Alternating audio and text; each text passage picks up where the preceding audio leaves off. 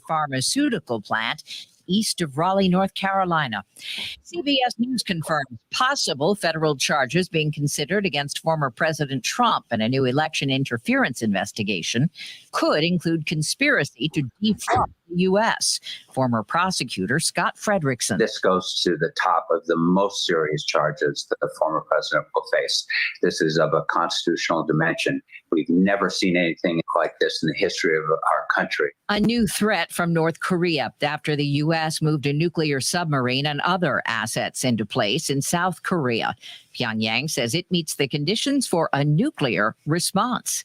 Asia expert Gordon Chang. I don't believe the North has ever said that the presence of a U.S. ballistic missile submarine justifies their use of nuclear weapons, but they said something similar last year when they said that they have the right to preemptively use their most destructive weapons. Back home, they've put a hold on tenant evictions in Philadelphia after a second shooting by police officers. Martin O'Rourke is with the municipal court system. The suspension will remain in effect until the landlord-tenant officer is confident that all of her officers are appropriately trained in de-escalation and use of force. The department says the latest incident, an officer shot a one woman who threatened him with a knife.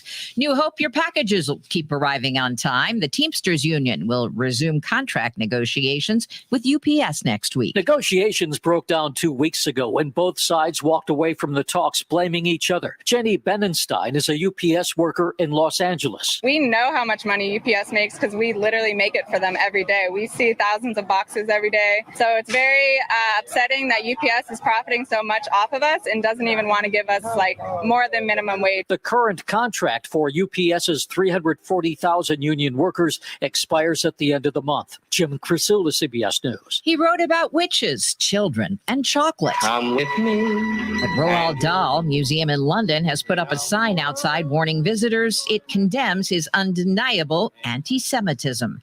Dow up 185. This is CBS News. Need to hire quality candidates fast? You need Indeed, the end-to-end hiring solution. Attract, interview, and hire candidates all in one place. Visit Indeed.com/credit.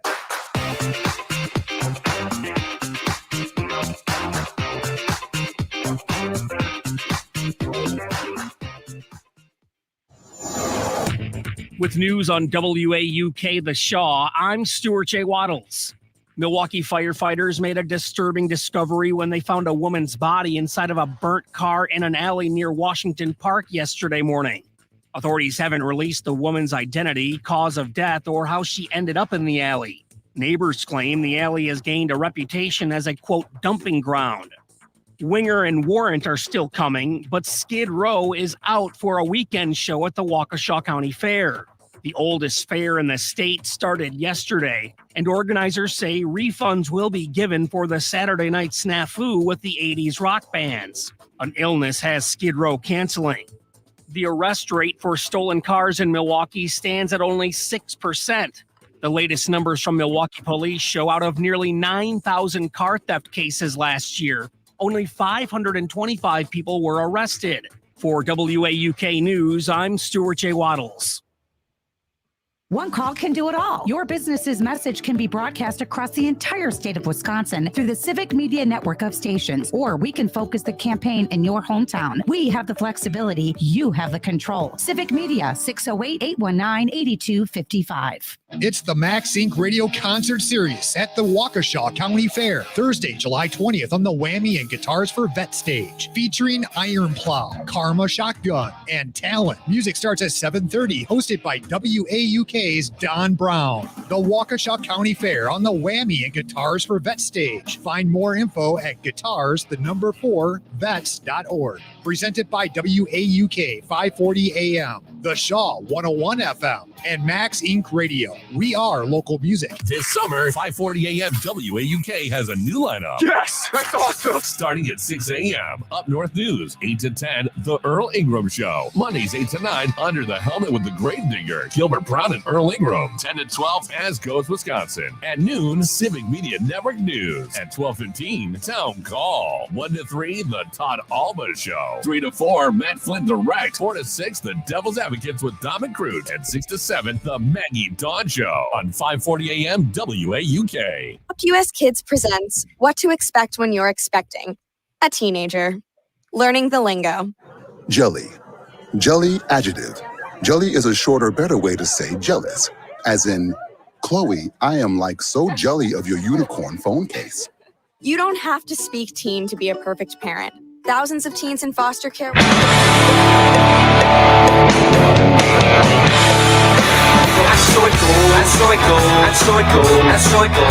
the most fun to drink with of the Republican lawmakers? Todd Alba did decide to text us who's fun to get a drink with in the GOP. Fantastic. Todd also confirmed that Robin Voss has virtually no sense of humor.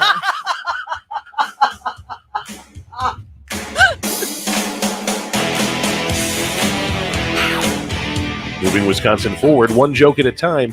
This is Kristen Bry with As Goes Wisconsin. Yada, yada, yada. Hello, Wisconsin! Should we eliminate income taxes for retirees? What impact would this have on your life? 844-967-2789. Should we eliminate income taxes for people who are 67 and older? I would love to hear from you as far as what benefits it would have for you personally, but also, I guess, the bigger economic reason we should or should not do this, because there, as of this week, there has been a new proposal that promises to do just that. And we briefly touched on it yesterday during Greg's roundup, and I had seen the article and then I went back and read it, and I think it's not something that's on its face I'm like, no, we shouldn't do this. I don't know if it does exactly what it says it will, because we'll just back up a little bit before we get into it a little bit. Jane Matnair, you're much closer to retirement age than I am, and so That's true. Is this something that you would be in favor of? Well, I have not looked that deeply into it. Okay. But of course, when someone tells you, well, we're gonna lower your taxes because you're old, that doesn't seem bad to me. But I don't hate that. I don't hate that. Honestly. But when we're talking about what you earn, how much you earn and who gets the most savings and things like that, I guess I'm still murky on those details. Yeah.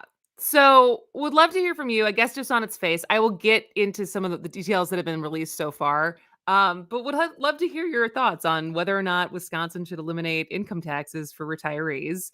And, I think we have a fair amount of people who listen to the show live who maybe are already retired. So would love to hear from you as far as how much of an impact this would have for you. 844-967-2789. That's 844-96-PARTY. But basically, more of the details are that two Republican lawmakers released a proposal on Monday that would eliminate nearly all state taxes on retirement income for Wisconsin residents. So the two authors are Representative David Steffen of Green Bay and Senator Rachel Cabral Guevara of Appleton. And it's basically a new optional retirement income tax exemptions for taxpayers 67 or older. Individual filers would be exempt from paying taxes on the first 100,000 of their annual retirement income, while married and joint filers would see a tax exemption for the first 150,000. So like if you have a massive 401k that I guess you're making more than that per year, you would still pay some taxes, but it's on that first 100,000 or 150,000 that would be exempt. And so it's basically tax exemptions for IRAs, 401k plans, 403b plans, pensions, as well as other qualified retirement plans under federal tax codes. And so it should be noted that income is already exempt. Like Social Security and military earnings are already exempt from income taxes in Wisconsin. So, and that would, in this bill, those would not go towards the earning caps established in the proposal. So it's basically what you're paying with the taxes you're paying on your IRAs and 401ks and everything like that as of right now. And so, the arguments for this are, according to the two authors, is that it would retain Wisconsin retirees by bringing the state in line with neighbors. I guess Illinois, Iowa, and Pennsylvania also don't tax retirement incomes from these retirement plans. Okay. And that part I totally get. That makes a lot of sense to me.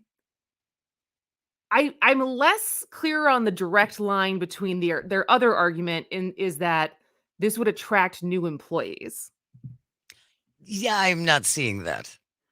So in 35 years, when you're done working, you'll get a break. Yeah. And it's like, why wouldn't you just move to once you're done working, what would stop you from just moving to a place that already has one of these things if that was the motivator versus I'm going to move there now for a benefit 20 or 30 years from now? Yeah. And so that's the only thing that I'm kind of like, well, I don't see the connection there. But I certainly think this is a good thing for retirees. And I don't know. I don't hate it. It's almost hard to say that, isn't it? I don't hate a proposal. It's amazing. it's kind of amazing. 844-967-2789, 844-96-PARTY. Paul from Kenosha is joining us. Good morning, Paul. What do you think? Hi. I really question the logic of it because, you could spin various hypotheticals like, what if the population suddenly becomes significantly seniorized because industries are moving south and whatnot? Then are you now having very little state income because you're not charging people who are retired? Where you then have to make that up with, say, a sales tax, which is a very punitive, regressive tax. And also, I think you already touched on some of it too. There needs to be kind of like a means test in there where it's like, okay, if you're making over 100,000, that's a ton of retirement income. Yeah. Yes. So to exclude that first portion, I mean, half your population doesn't, or more, does not even make 100,000, and they all have to pay income tax. So why wouldn't you have someone who's making a six-figure income pay some degree of income tax on that? No, it's a really good point. Thanks so much for the call, Paul. And he brings up a point that I was hesitant. I'm hesitant. I'm still hesitant to bring up, but we're going to go there because I don't want this to come off as callous, but we already have a disproportionate aging population compared to other states. The country as a whole has it. Yes. Like the country as a whole has an aging population, and our ratio of retirees to working people is quickly declining. Right. And so how do I say? I'm saying this as someone who, people who are 67 and older, those are our parents, those are our grandparents. We love them very dearly. But from an economic standpoint, what is the argument for wanting like a robust retiring population? Because to me, if we incentivize people who are retiring or who are retirement age to live here, and we don't have aggressive policies to have working age people live here, that feels like a disaster waiting to happen when it comes to our healthcare system and our service, our elderly care service, which is already a mess. And so if we don't have people and systems in place to take care of an aging population, is it a great idea to necessarily incentivize a growing or retaining that aging population? Are you old and sick? Come to Wisconsin. Yeah. We can't promise we can take care of you, but you don't have to pay taxes. Well, you don't have to pay. Exactly. So there's the perk. You might be staying under a bridge, but it'll be a bridge. Well, and you'll, and so that's kind of what I see as this. And I think the quote from the Journal Sentinel article that talked about this is talking about how much people who are retired, they spend money on restaurants or housing or in their community. And by keeping these retirees in Wisconsin, we will see an economic benefit, which is sure, but that's an argument for population, period, right? Like it's not, Sure. I don't know if people who are retired spend a disproportionate, more of their income on spending it in their communities than any of us do when we're going to restaurants and going to theater and just living our lives, right? Well, I get the feeling that they have this image of this 67 to 71-year-old person looks like the Golden Bachelor. Yes. That's who they're shooting for, and that's who they think we're going to attract with this, not the actual 67 or 71-year-old who has pre-existing conditions, who needs care, who may need hospice ultimately. And so I think there's a lot to work out yet on this. And we got a comment on the YouTube live stream from Michael Hitpass. He comments a lot. I don't know if I pronounce his last name correctly though. He says $100,000 is too high. Most people don't make $100,000 while they're working, much less in retirement. Seriously. So maybe the goalpost is not correct right now, as far as especially if it's already your Social Security and military earnings and stuff like that's already not being taxed. I'm so far away from retirement that I don't know what people are typically making once they're taking payments out and from their plans and plus with Social Security plus whatever investments and what the average retired person, what their budget looks like every month. Right. Right. So that's why I would love to hear from people who, maybe are already retired or are much closer to it than obviously I am, of how would this impact you? 844-967-2789, especially for people who are snowbirds who are, thinking about leaving and leaving Wisconsin. Does this change anything? But also the bigger question of, without being callous, but is it good for an economy to attract and retain an aging population without having a plan to have people there to take care of them?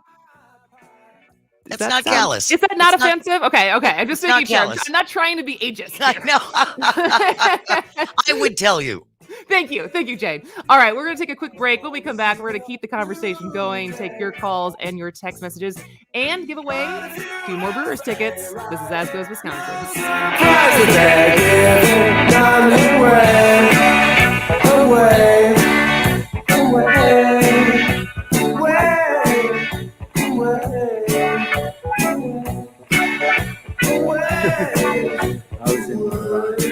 Yes, absolutely. I certainly was in the right.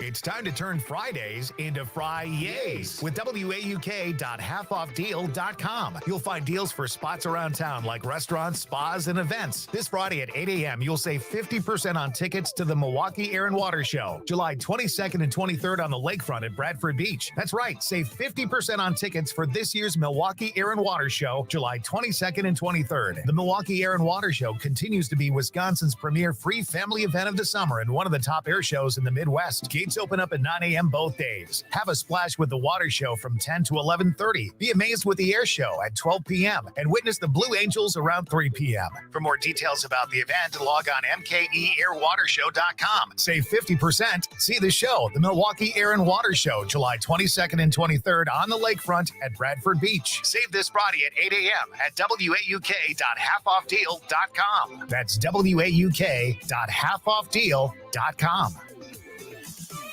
Hi, I'm Mandy Roberts, financial advisor with Thrivent. I'm here to help you assess your finances and find solutions to meet your needs. Let's ensure you have a strategy for success. To get started, call 715-470-1303. That's 715-470-1303.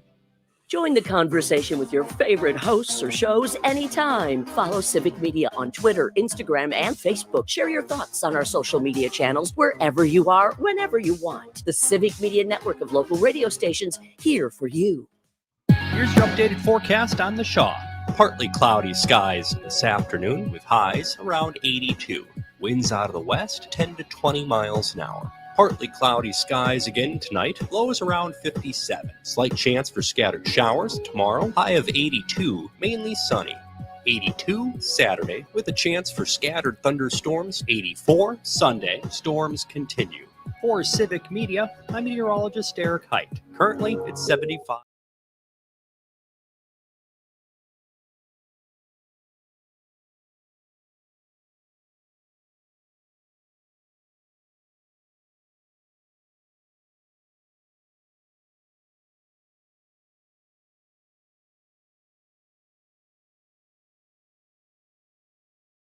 I am Kristen Bry. She is Jane Matnair, and we are having the discussion about a new proposal in the Wisconsin legislature that would make basically your retirement plans tax-free for people who are 67 or older. And getting your thoughts on whether or not this is a good idea, if it's a good idea for the economy, if it's a good idea for you personally. 844-967-2789. And we want to make sure that we get to your texts and your calls. But before we do that, we do have 2 more tickets for the Brewers that we're giving away. And so I want to set that up as well. The tickets are for Saturday's game at 6:15 p.m. against the Atlanta Braves. And a reminder that you can always hear the Brewers by tuning into Civic Media's flagship Brewer station, Oshkosh Air Support, 98.3 FM and 1100 AM throughout the Fox Valley. And you can also catch the Brewers on WRCE News from the Center in Richland Center, 107.7 FM, 1450 AM. So at the end of this segment, I will give the next trivia question. It's about the Braves. So get your fingers ready, and your Google fingers ready as well. So we will give that away in the next 6 minutes. But do we have a call? We do. About the topic at hand? We do. 844-967-2789. Rob, our friend from Port Edwards. Good morning, Rob. What do you think about this proposal? Good morning. Actually, the conspiracy theorist in me thinks it's a good way for the Republican Party to gin up the base. If you start to turn the state into Florida, okay, the one of the earlier callers was right on as far as the tax base. You know, if you have these retirees and they're knocking down serious money on retirement, they're not going to be paying the taxes. That money has to come from someplace. Property tax bills, well, that's not going to fly. So now you're going to go to maybe wheel tax, but for sure sales tax. And that's going to hurt a lot of folks that are down at the low end. I just retired. I'm going to be 68. I have 50 years of labor hard in. And so I'm just doing Social Security and my small city of Milwaukee pension. And I don't pay taxes. So this bill to me is transparent. It doesn't matter. I don't make $100,000 a year. And so all they're going to do is bring folks in that don't want to pay taxes. They aren't going to vote for people that want to improve infrastructure, education, mass transit, those things that really are going to make the state stand up proud. No, they're going to want to be in their fishing boats and in their, leisurely deck sipping Mai Tais and not spending any tax money, right?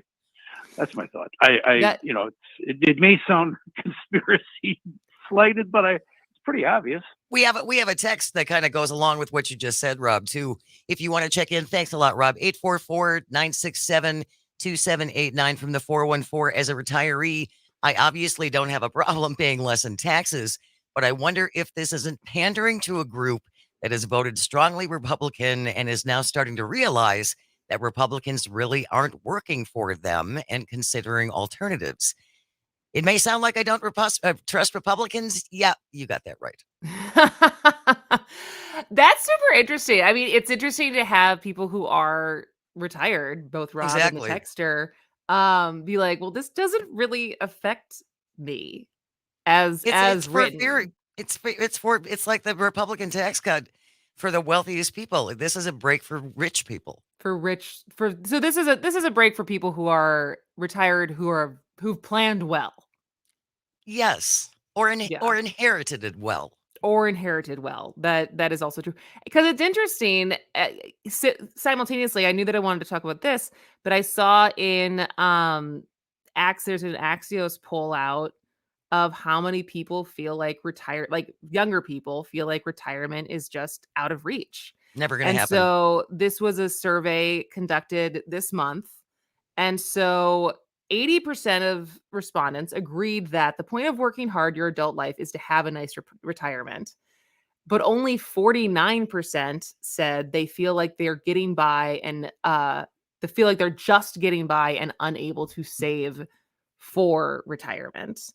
And I mean, I've seen numbers for people who are like my age, like you should be expected to have at least $2 million saved by the time I retire, by the time like I'm 60 in my 60s, late 60s, that like Mike and I should be preparing, if not more than that, to have like $1 to $2 million saved.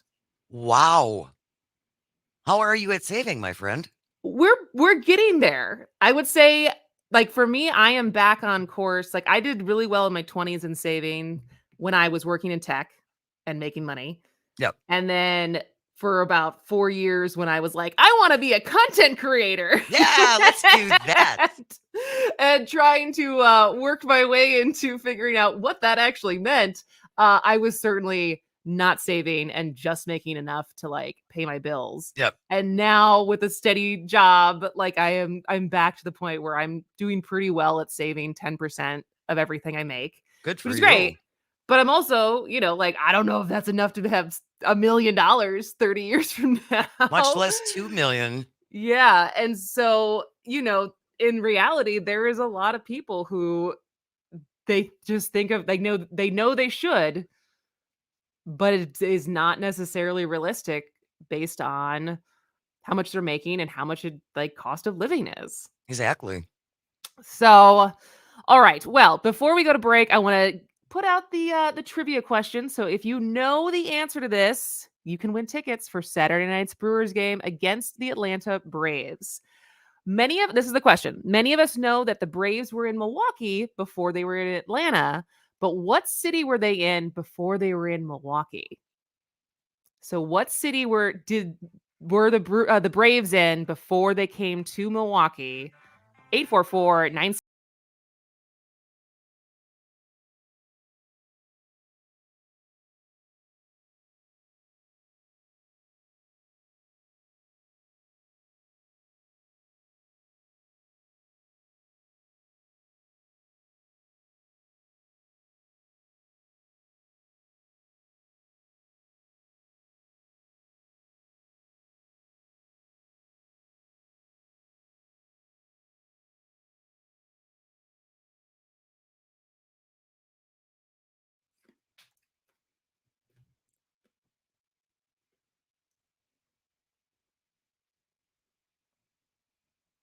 This summer, 5:40 a.m. WAUK has a new lineup. Mondays 8 to 9, Under the Helmet with the Gravedigger, Gilbert Brown and Earl Ingram on 5:40 a.m. WAUK. CBS News Brief. Kentucky Governor Andy Beshear is asking for prayers for his people who've lost homes and cars in devastating floods triggered by torrential rain. There's a piece of somebody's house floating away.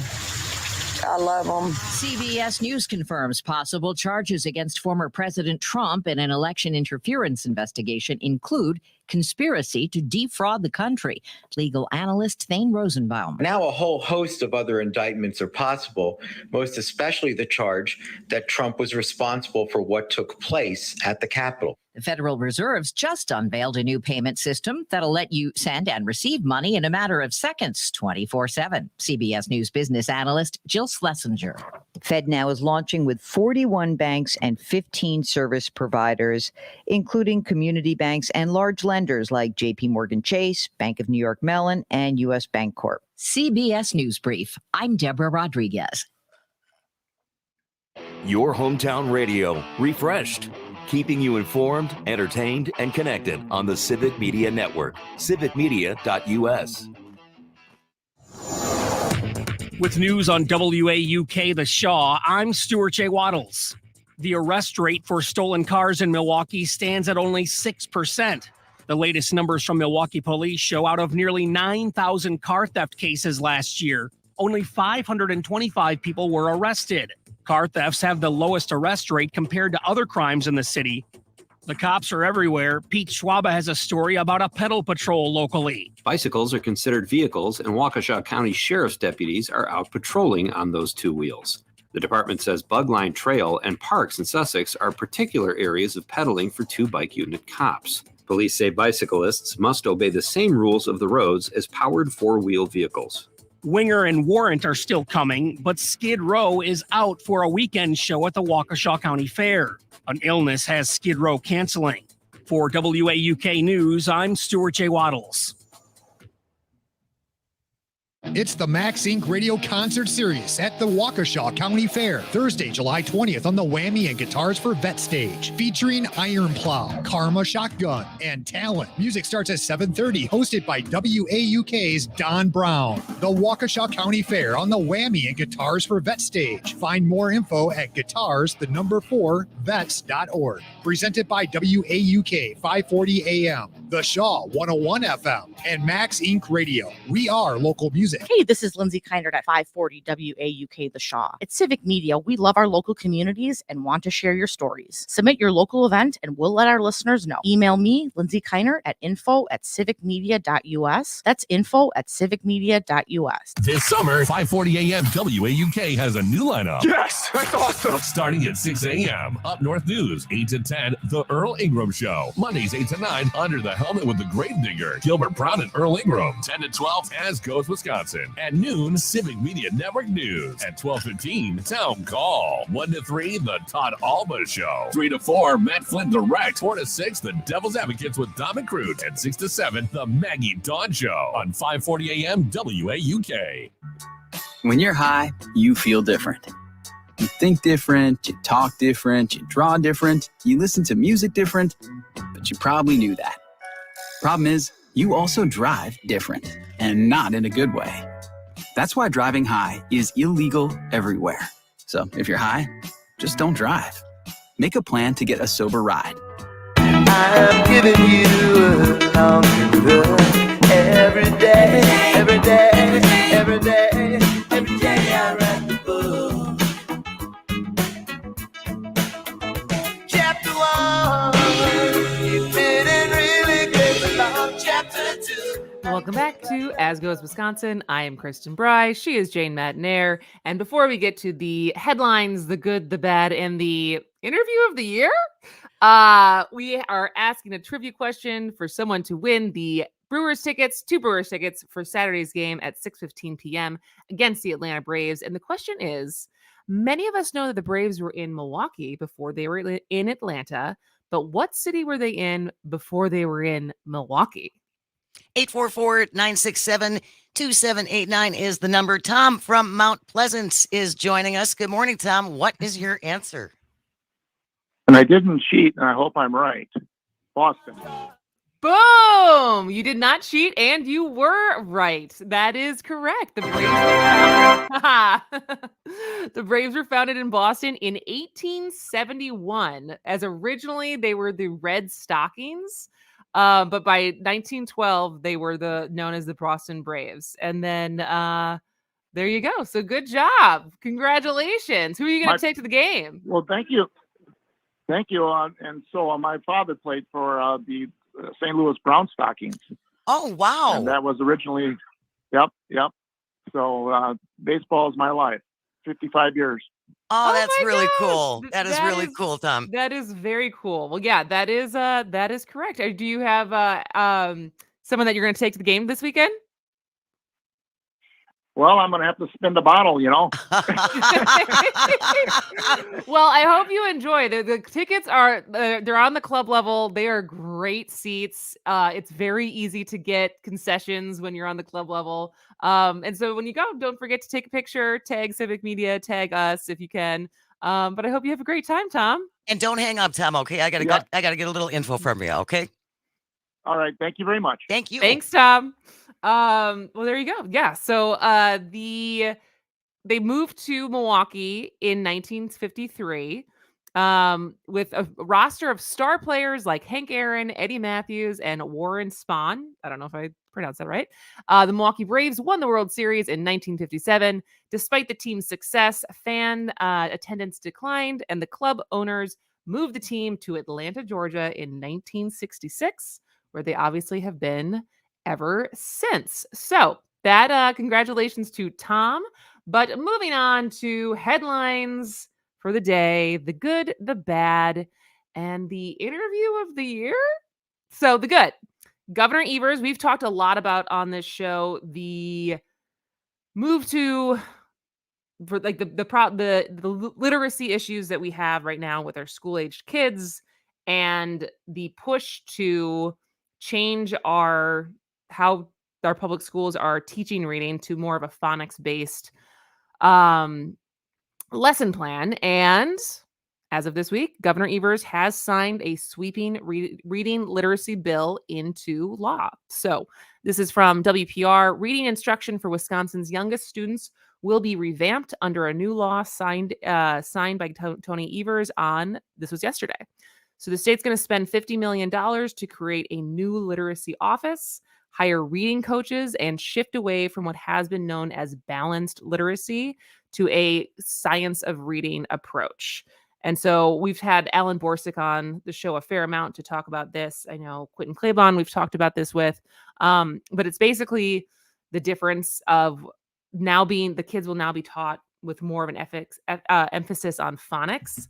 And that's more through teaching them how to sound out words and letters versus picture, like memorization and reading through pictures and word cues and context. And so I think this is a good thing.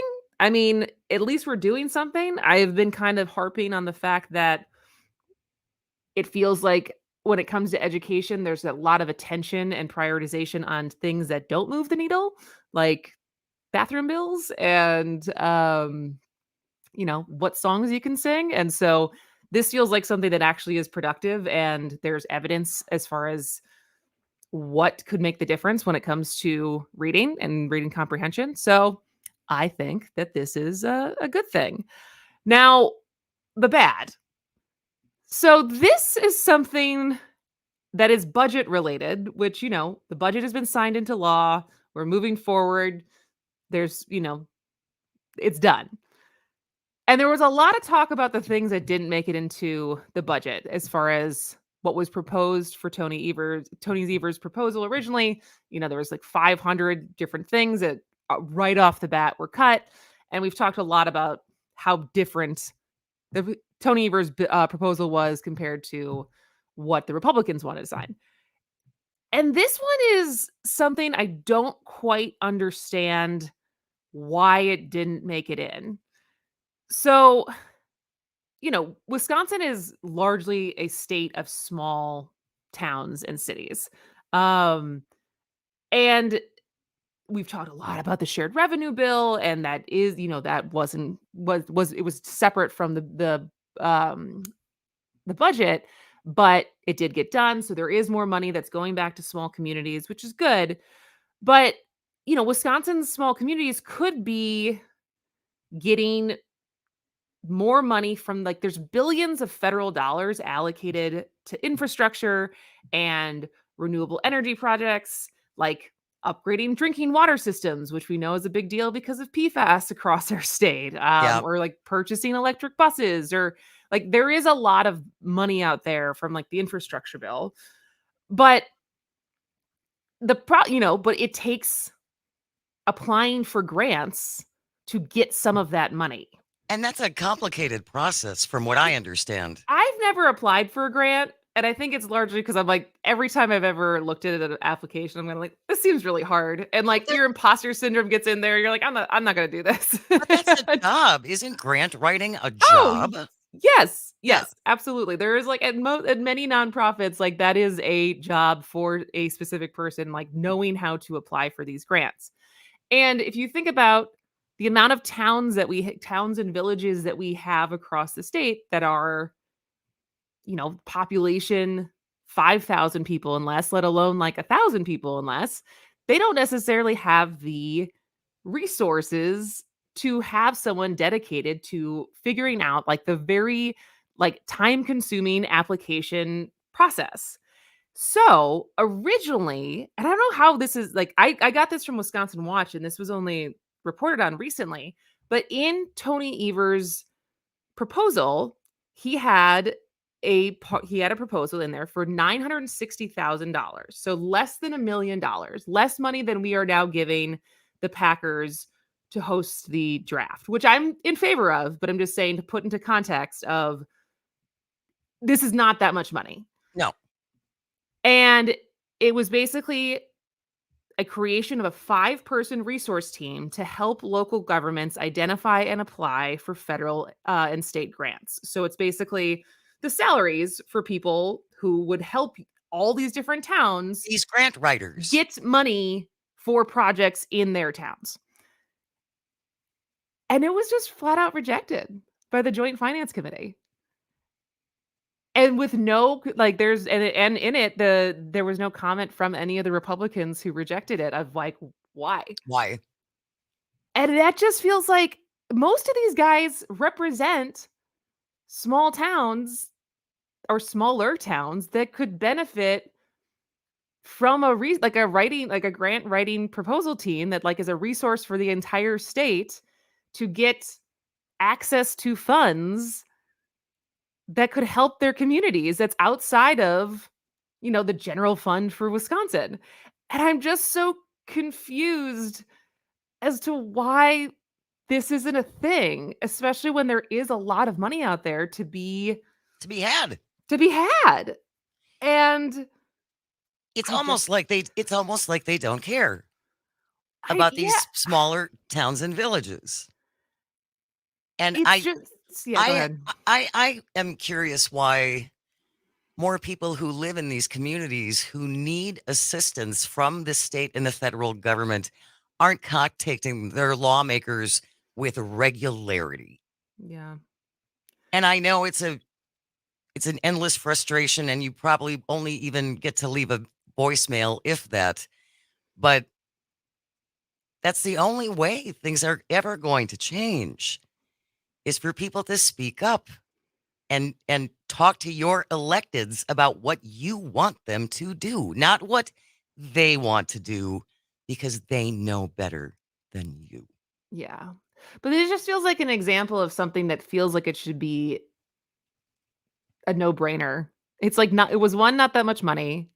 Like the investment versus what the potential return on that, as far as paying 5 people to be an expert resource for towns across the state to then access more money for projects. Like, I just don't understand that calculus of like, nah, that doesn't seem like a good investment. Yeah. Too much. No, we're not going to spend that. That's fine. But the $10 million for the RNC, which is now only $1 million, but that was a better use of money. All right. Finally, interview of the year? Question mark.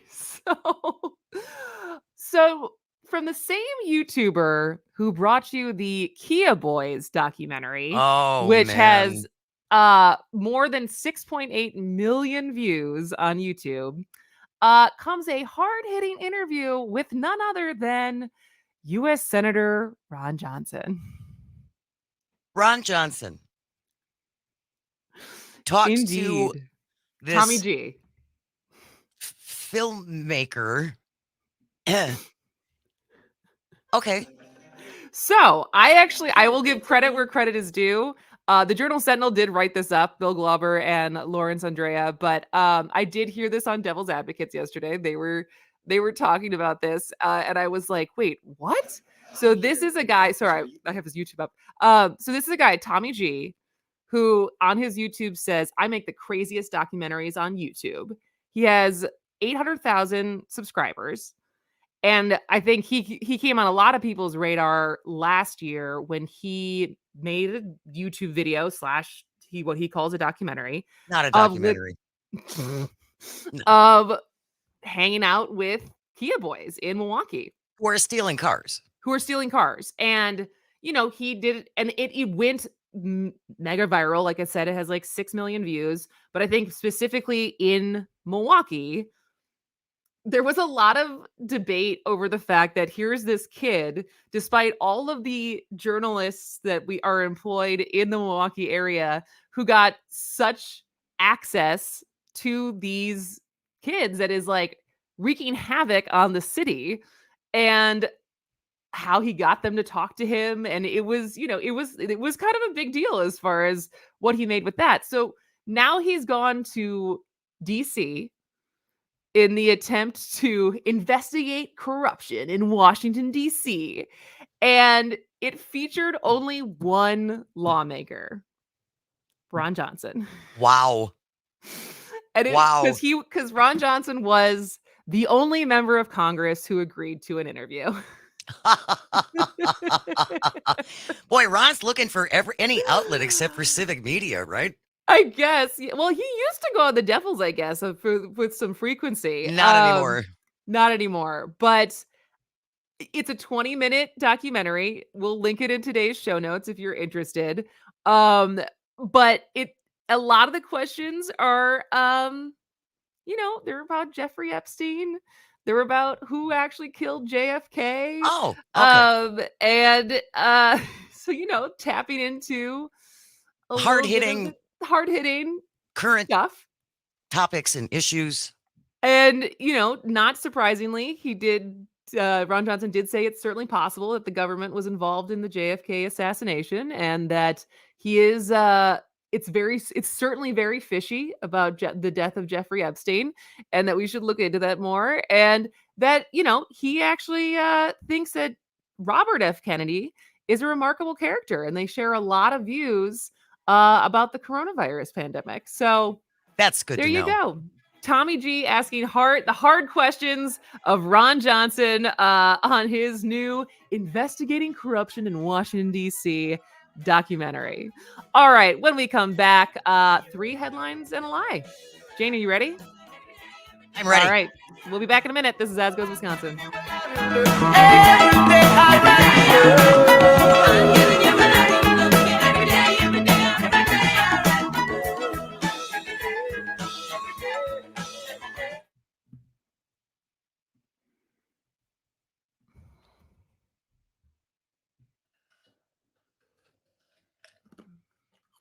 It's time to turn Fridays into Fri-yays with WAUK.halfoffdeal.com. You'll find deals for spots around town like restaurants, spas, and events. This Friday at 8 a.m., you'll save 50% on tickets to the Milwaukee Air and Water Show, July 22nd and 23rd on the lakefront at Bradford Beach. That's right, save 50% on tickets for this year's Milwaukee Air and Water Show, July 22nd and 23rd. The Milwaukee Air and Water Show continues to be Wisconsin's premier free family event of the summer and one of the top air shows in the Midwest. Gates open up at 9 a.m. both days. Have a splash with the water show from 10 to 11:30. Be amazed with the air show at 12 p.m. and witness the Blue Angels around 3 p.m. For more details about the event, log on mkeairwatershow.com. Save 50%. See the show, the Milwaukee Air and Water Show, July 22nd and 23rd on the lakefront at Bradford Beach. Save this Friday at 8 a.m. at WAUK.halfoffdeal.com. That's WAUK.halfoffdeal.com. Hi, I'm Mandy Roberts, financial advisor with Thrivent. I'm here to help you assess your finances and find solutions to meet your needs. Let's ensure you have a strategy for success. To get started, call 715-470-1303. That's 715-470-1303. It's easy to listen to your favorite local radio station anytime. Download the Civic Media app from the Apple or Google Play Store, then listen live or whenever you want from anywhere for free. Here's your updated forecast on the Shaw. High temperatures reach up to 82 this afternoon under partly cloudy skies. Northwesterly winds 10 to 20 miles an hour. Partly cloudy again tonight. Lows level off around 57. Mainly clear tomorrow. Slight chance for scattered rain showers, 82. Chance for scattered storms Saturday and Sunday. Low 80s Saturday, mid 80s by Sunday. For Civic Media, I'm meteorologist Eric Height. Currently, it's 75.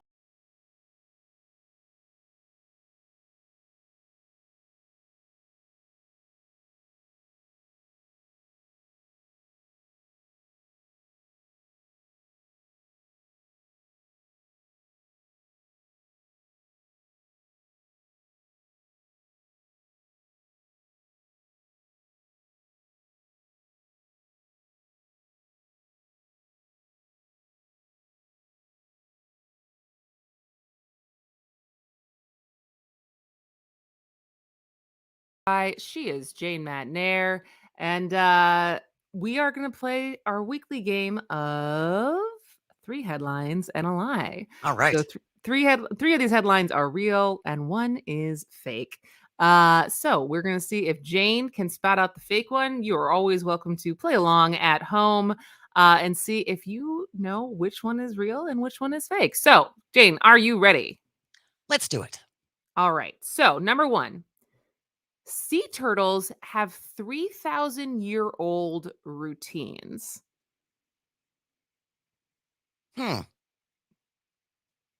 So they I go to don't the I same no go I to have the no more same information restaurants. than that. Go to the same seaweed patch. Okay. So sea turtles have habits they follow for thousands of years. Thousands of years. Okay, 3,000 years. 3,000 years. Okay. All right, number 2. Expect more fish with human-like teeth as a result of extreme heat waves. Now I know that there was a fish that was recently found, I think, in a pond in Florida that had human-like teeth. But this was some exotic animal again that some knucklehead released after they didn't want it in their fish tank anymore. So I'm okay. That's all right. That's the second one. I'm trying to think. I am not feeling solid on this today. All right. Number 3.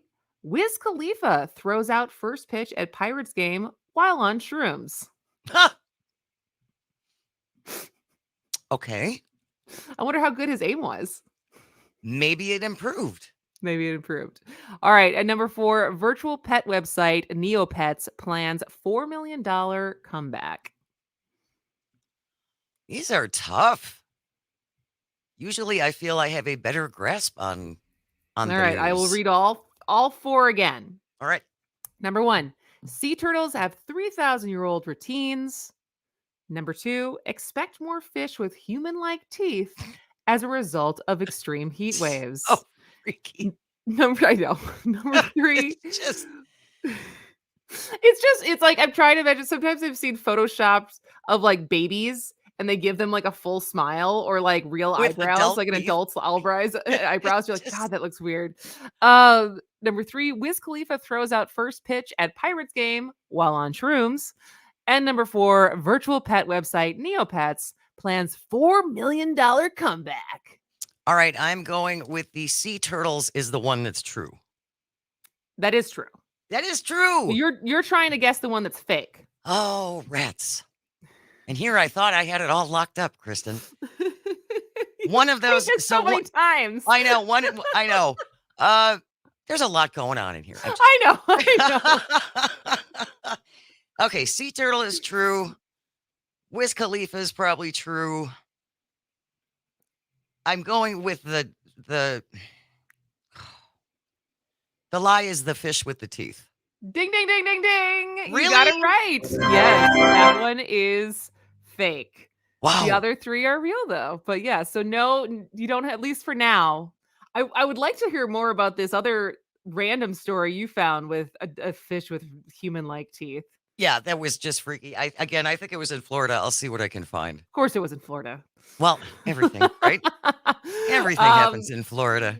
But yes, sea turtles have 3,000-year-old routines. Marine reptiles visit the same foraging grounds millennium after millennium. So there you go. Oh, it was in Oklahoma. It was in Oklahoma. It was in Oklahoma, a pond in Oklahoma. Oh my God, Mom. I thought he was just being dramatic. Mom said in the, this is the neighborhood pond we're used to catching bass or catfish. Nothing like human-like teeth. Charlie landed a pacu, a fish that is the cousin of the piranha and whose outsized teeth have struck fear in swimmers. It's a native of South America, but we're swimming in this pond in Oklahoma City. Oh, they are really ugly. Yes, they are very ugly, except to other pacu, I'm sure. I'm sure they're very attractive to other pacu, but they really do look like human teeth on the bottom. It's freaky. Yeah. If you want to look it up, it's PACU, a pacu fish. pretty ugly. If I gotta, sorry, but call a spade a spade. All right, and then yes, indeed, Wiz Khalifa throws out first pitch at Pirates game while on shrooms. Not a surprise. Shroomed out throwing a baseball is crazy. So that one is true. And then yes, Neopets, which I've never heard of, but virtual pet website Neopets is planning a comeback. Launched in 1999 by British developers, the site let users care for cartoon pets, chat, and play games. But after Viacom bought it for $160 million in 2005, the site failed to keep up with the times and many elements stopped working. Now, Neopets is promising a new era with $4 million of funding to remake the site and bring back 50 classic games on July 25th. Do you think they're going to bring it back Tamagotchis? I don't think so. That was you probably never. I was way too old. I was way too old. Tamagotchis. Yeah, no. But so there you go. So that is 3 headlines and a lie, and you nailed it.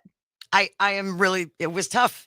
This week was tough. Like I said, I usually feel like I'm better plugged into odd news, but some of those got away from me.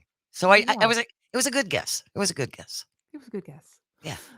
All right. Well, here's your daily reminder that indeed we are still doing Civic Media, our blood donation challenge. So as a reminder that if all you have to do is sign up to donate blood anywhere in Wisconsin. That's convenient for you. That's convenient for you. Yep. Take a selfie of you donating blood. Post it on Facebook, Instagram, Twitter, using the hashtag Civic Pints, and you get entered to win many prizes, either Milwaukee Brewers tickets. We have Wisconsin State Fair tickets. We have swag bags of Civic Media merch, but also you just get to be a good person and help out with the shortage, the massive blood shortage that we have in Wisconsin right now, and do it for me because I found out that I cannot donate blood while pregnant, and so if anything, stand in for Kristen, stand in for me because I would if I could, but I can't. So just a reminder that we've actually extended that into August because fun fact, even though the FDA has changed guidelines for men who have sex with men to now be able to donate, some of the blood donation centers are a little behind on their questions that they need to ask. So that changes for the Red Cross on August 7th. So we're extending this so more people can be included. All right, we're going to take a break for the top of the hour news. When we come back, public service announcement. This is As Goes Wisconsin.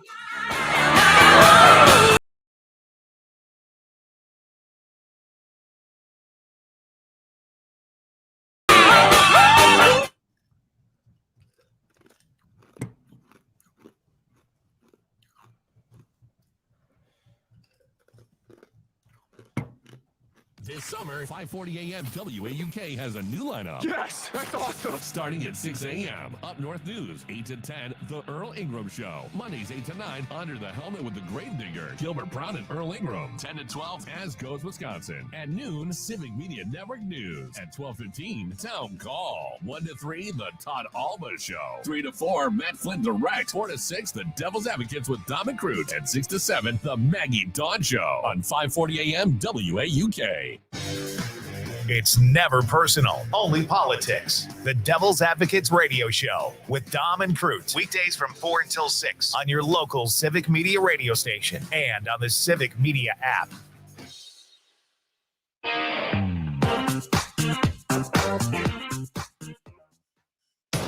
You're listening to The Shaw, WAUK 540 AM Jackson, W266DR Waukesha, and always streaming on the Civic Media app. This is CBS News on the Hour, presented by Indeed.com. I'm Steve Kathan. A day after intense pounding rain, flood victims are picking up the pieces, as we hear from CBS's Jim Krasula. A state of emergency has been declared in western Kentucky after more than a foot of rain fell, setting a new 24-hour rainfall record in the state. These people marveled at the high water in Carlisle County. We've had floods before, but not like this. I've seen it high, but it's never gotten that high. Not near to the extent as it was. There was widespread flooding in Mayfield, Kentucky, which was devastated by a massive tornado a year and a half ago that claimed nearly 60 lives. In North Carolina, a tornado damaged a Pfizer drug plant. The Weather Channel's Justin Michaels. It is responsible for a quarter of all the sterile injectable medications used at hospitals across the United States. Pfizer does say that will likely lead to long-term shortages. In Phoenix, where 117 is the expected high today, Fire Captain Todd Keller is busy. The majority of our calls that we are going on are going to be medical calls. CBS News has confirmed what's in the Justice Department target letter that was sent to former President Trump. Legal analyst Thane Rosenbaum says it gives a clearer picture of the kind of case that could be brought. There is seditious conspiracy linking Donald Trump to the Oath Keepers and the Proud Boys, obstruction of an official meeting in progress, conspiracy and perjury to overturn the 2020 election, pressuring Mike Pence to not certify the electoral count, and fraud in seeking to substitute alternate slate of electors. In Texas, it's day 2 of a hearing into a challenge by women to the lack of exclusions in the state's restrictive abortion law. In Maine, Democratic Governor Janet Mills is pushing back against critics who say a new law expanding abortion access is extreme. What is extreme is forcing a woman to give birth to a child who's going to immediately die. What is extreme is forcing a woman to leave her state to seek care. The co-hosts of the Women's World Cup won the opening matches of the tournament. Australia fans basking in a 1-0 win over Ireland. We absolutely loved it. It was brilliant. It was such a great atmosphere in it. Really entertaining match, really fast-paced and intense. It was great. And New Zealand topped Norway 1-0. Lots of activity at Las Palmitas Mini Market in Los Angeles. That's where the lone winning ticket was sold for the $1 billion Powerball jackpot. The store owner looks to pocket a cool $1 million for the sale. I don't know. I put them like packages. Vacation? Vacation. No. I have to make more business. Relax and reinvest. Wall Street right now, the Dow's up 270. This is CBS News. Find great hires fast with Indeed. Their end-to-end hiring solution makes it easy to attract, interview, and hire candidates all in the same place. Visit Indeed.com/credit. Looking for more local programming? Check out our website, civicmedia.us, to see our entire lineup.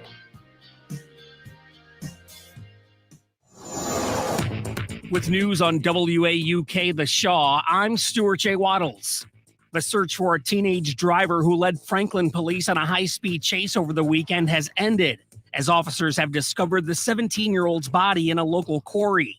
The chase reached speeds of over 100 miles an hour before the driver and passengers crashed and fled, concluding when the driver jumped a fence onto the quarry's property. The medical examiner has scheduled an autopsy, and police are still searching for one of the passengers involved in the incident.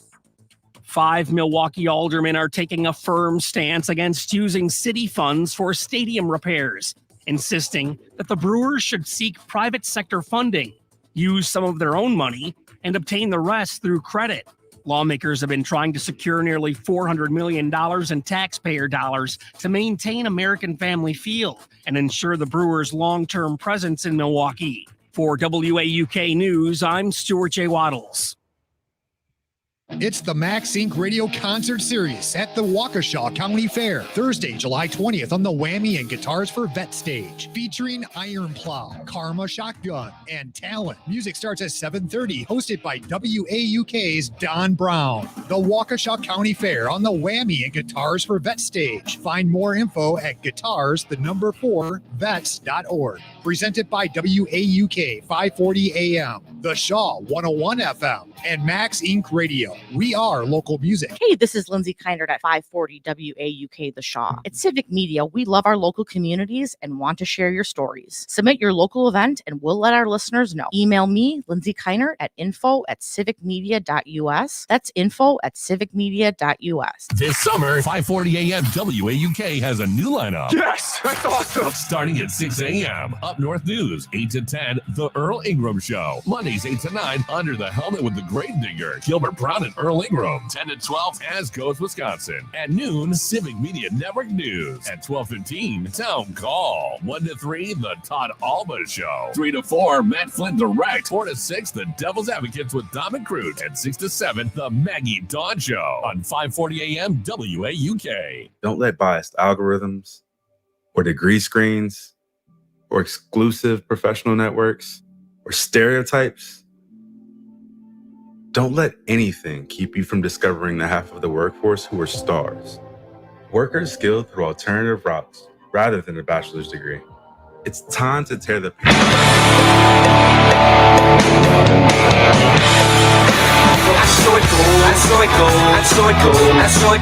What if I just, instead of giving out the talk and text line, just started giving up Robin Voss's number all the time?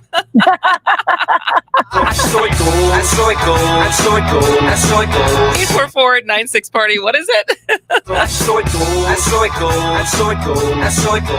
Write it down, 608-237-9163. Call now. Moving Wisconsin forward, one joke at a time. This is Kristen Bry with As Goes Wisconsin. Yada, yada, yada. Hello, Wisconsin! Hello, Wisconsin. Welcome to the 11 o'clock hour of As Goes Wisconsin. I am your host, Kristen Bry, along with Jane Matnair on the board. And it is Thursday at 11, which means it is time for a public service announcement with Dr. Kristen Lylerly. How are you, Doctor? I am all right, although I am in Arizona and we are yesterday, Phoenix set a record for hot. The low in Phoenix yesterday was 97. The low was 97. Oh, that just sounds awful.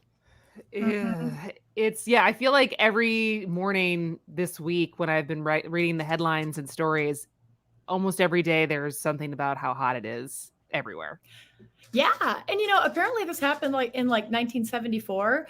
But the thing that's different is it cooled down at night.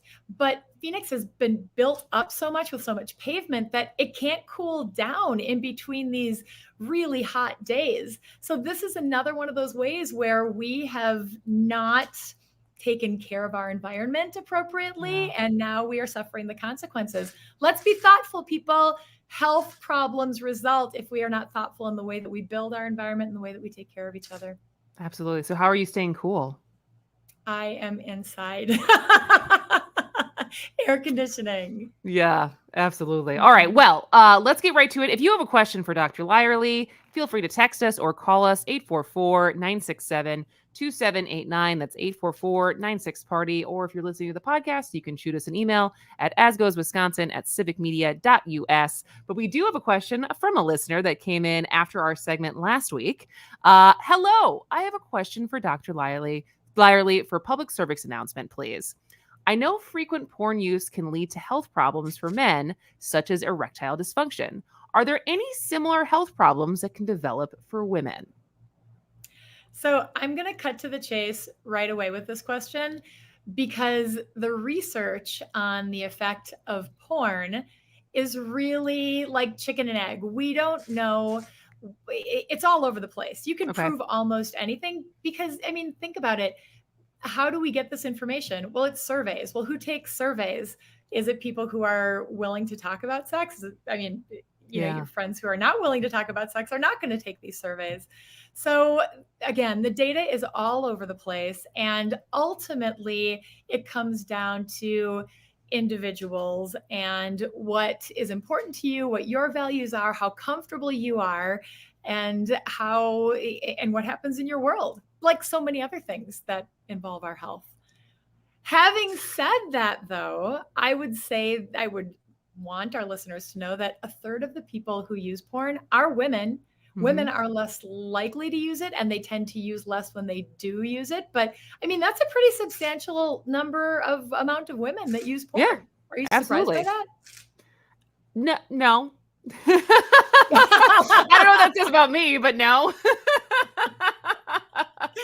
And it tends to be younger and more educated women too, for what it's worth. Oh, that's interesting. Is there similar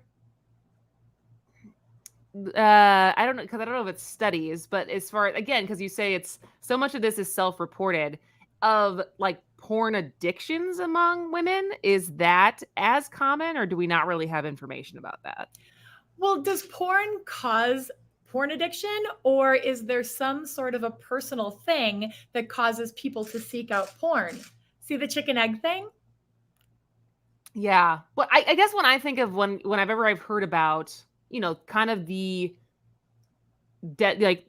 detrimental, but some of the negative externalities that can happen with easy access to online porn, especially for young people, is like, this is what they're learning of like what real sex is, and it's not. Or, the expectation of like real sex being more and more extreme because porn can sometimes be more and more extreme. But then also the fact of like some people who become reliant on it, they need that much stimulation in order to reach completion. And so those are the kind of things that like, I don't know if there's numbers or data on like the discrepancy between men and women when it comes to those outcomes. And that's when I think of when we start thinking about like, I need this to do X.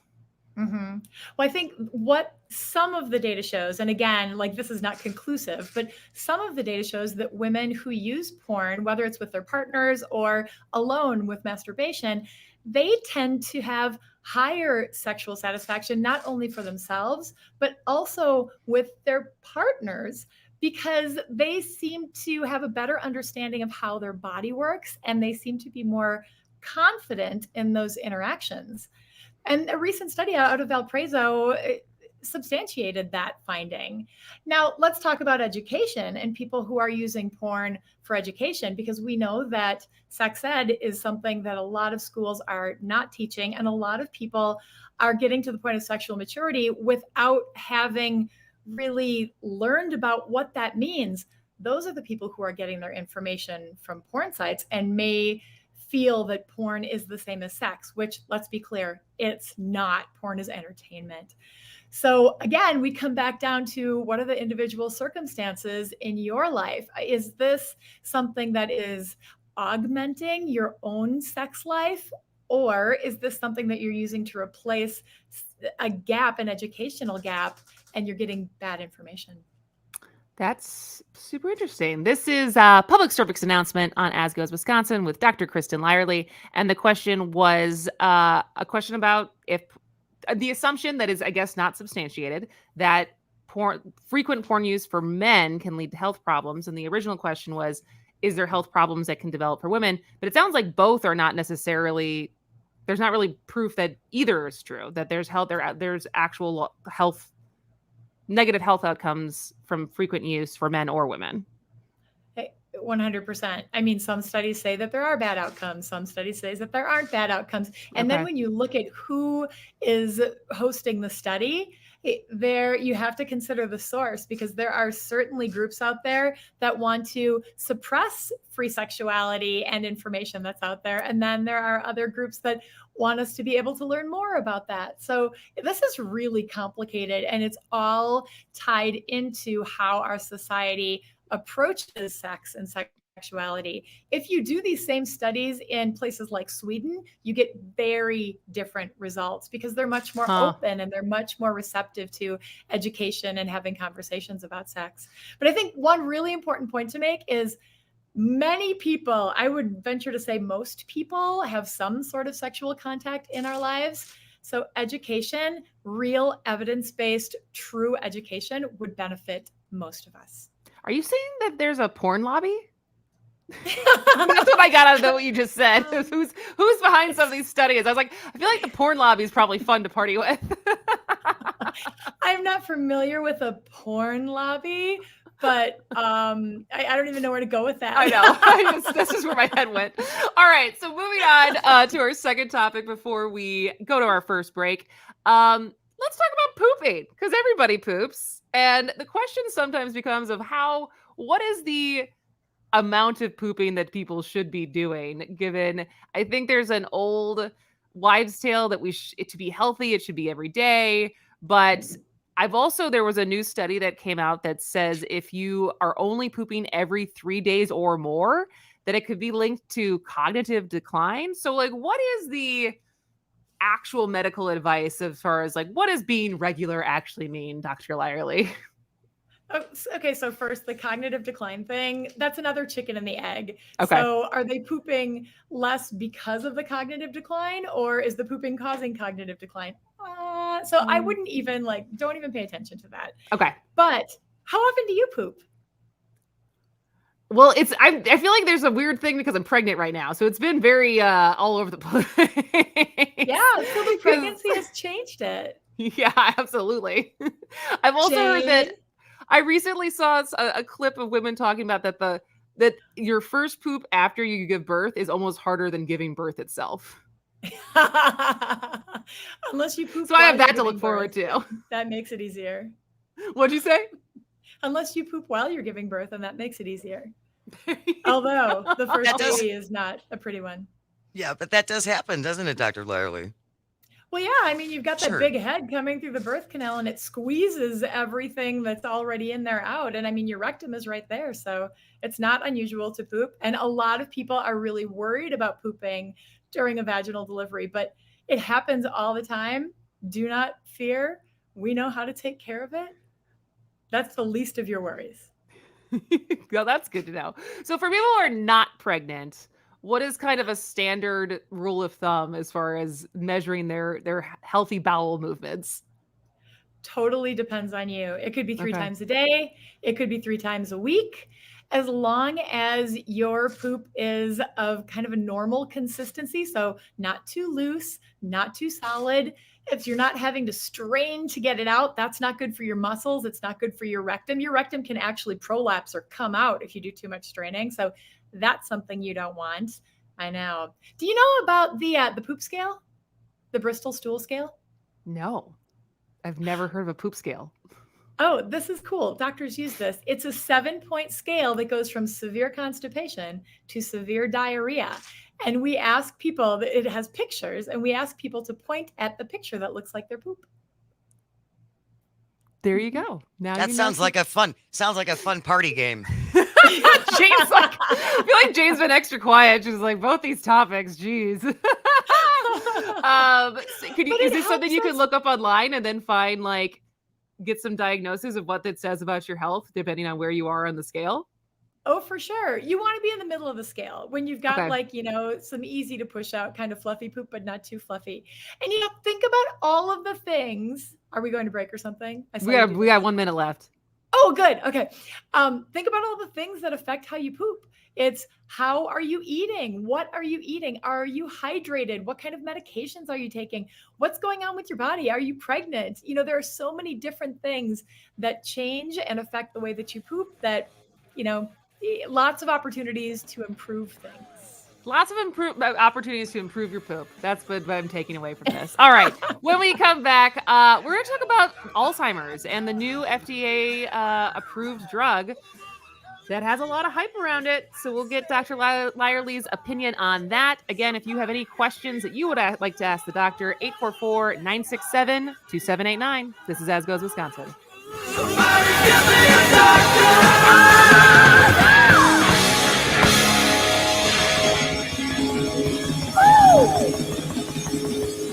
Somebody.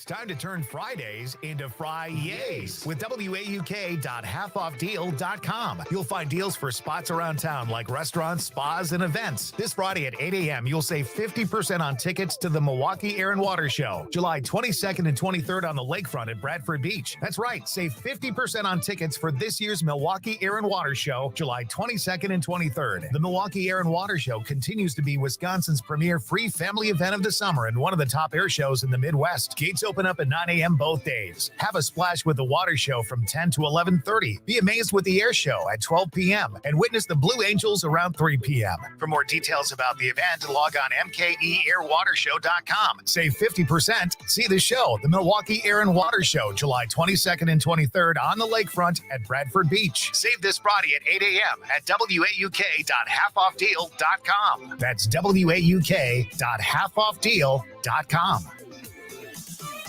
Hi, I'm Mandy Roberts, financial advisor with Thrivent. I'm here to help you assess your finances and find solutions to meet your needs. Let's ensure you have a strategy for success. To get started, call 715-470-1303. That's 715-470-1303. Fear you may be missing out? We're always streaming on TuneIn and the Civic Media app. Enjoy listening live or catch up by finding the podcast at civicmedia.us or wherever you enjoy listening to your podcasts. Here's your updated forecast on the Shaw. High temperatures reach up to 82 this afternoon under partly cloudy skies. Northwesterly winds 10 to 20 miles an hour. Partly cloudy again tonight. Lows level off around 57. Mainly clear tomorrow. Slight chance for scattered rain showers, 82. Chance for scattered storms Saturday and Sunday. Low 80s Saturday, mid 80s by Sunday. For Civic Media, I'm meteorologist Eric Height. Currently, it's 79 degrees. I don't want nobody always sitting around me and my man. Welcome back to As Goes Wisconsin. I am Kristen Bry. Jane Matnair is on the board as always. And this is Public Cervix Announcement, our weekly segment with Dr. Kristen Lylerly, where we answer questions from you as far as your health concerns. We talk about women's health. We talk about kind of whatever we want. And we just talked about porn, and then we talked about poop. And now we're going to talk about Alzheimer's. Natural progression. Awesome. Natural progression. Those three things totally correlated. So last week, I think this was last week, but I've been seeing so many headlines about this because I think it's a big deal because obviously Alzheimer's is a big deal. And the FDA granted full approval of Leqembi. Is that how you pronounce it? Mm-hmm. Yes. So it's the first drug proven to slow cognitive decline for people with early stage Alzheimer's disease. So is this as big of a deal as it seems like it is? Well, Alzheimer's, as you said, is a really big deal. And we have been looking for something that will help. Yeah. This is not a panacea. It is risky. It's expensive. It's very expensive. And it's not for everybody.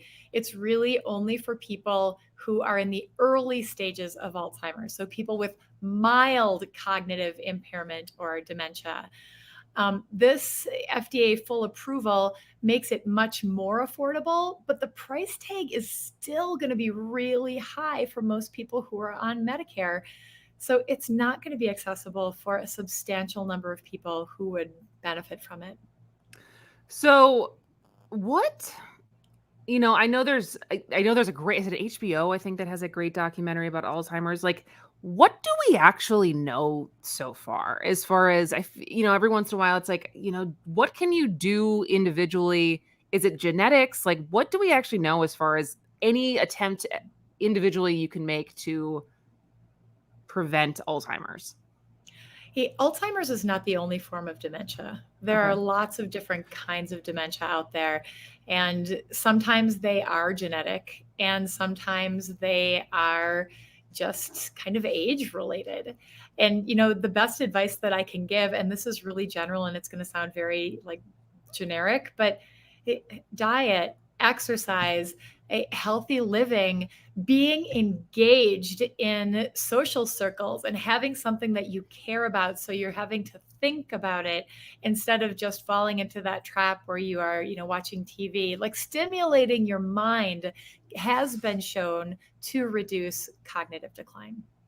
Well, that's good to know. So like word games and like Sudoku and stuff like Wordle and stuff like that. Is that all stuff that people can be like continuing just to train their brain as they get older?